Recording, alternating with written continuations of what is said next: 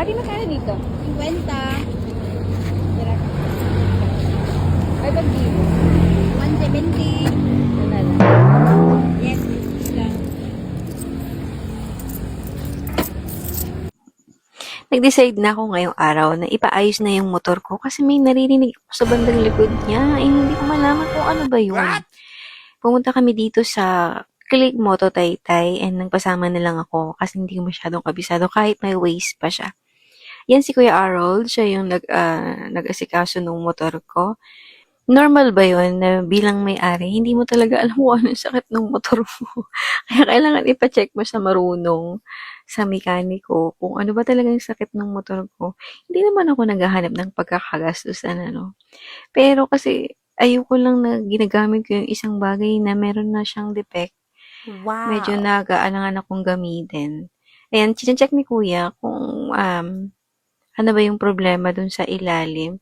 Kung hindi ako nagkakamali, yung rubber link niya manipis na raw.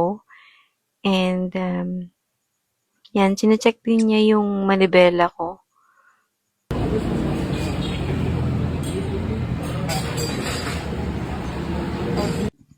Ayun na, magsisimula na yung gastos ko. Pinoopen na ni Kuya Harold. Ito yung rubber link na sinasabi niya na manipis na kailangan ng palitan at ito yung 400 pesos ang isa. And then may nakita siyang ulit. Yung bushing. And yung bushing ay nagkakahalaga ng 750. Okay. Wow.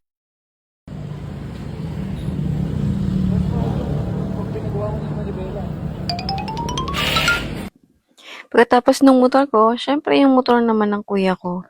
And nung kami natagalan sa paghihintay ng time niya, maraming nagpapagawa dito sa Click Moto. Siguro dahil magagaling yung mekaniko. 9 na kami nakarating sa Click Moto Shop and natapos kami magto-12 na. And pagkatapos nun, nagpalinis na rin ako ng motor. Pero alam niyo ba, umulan din nung gabi.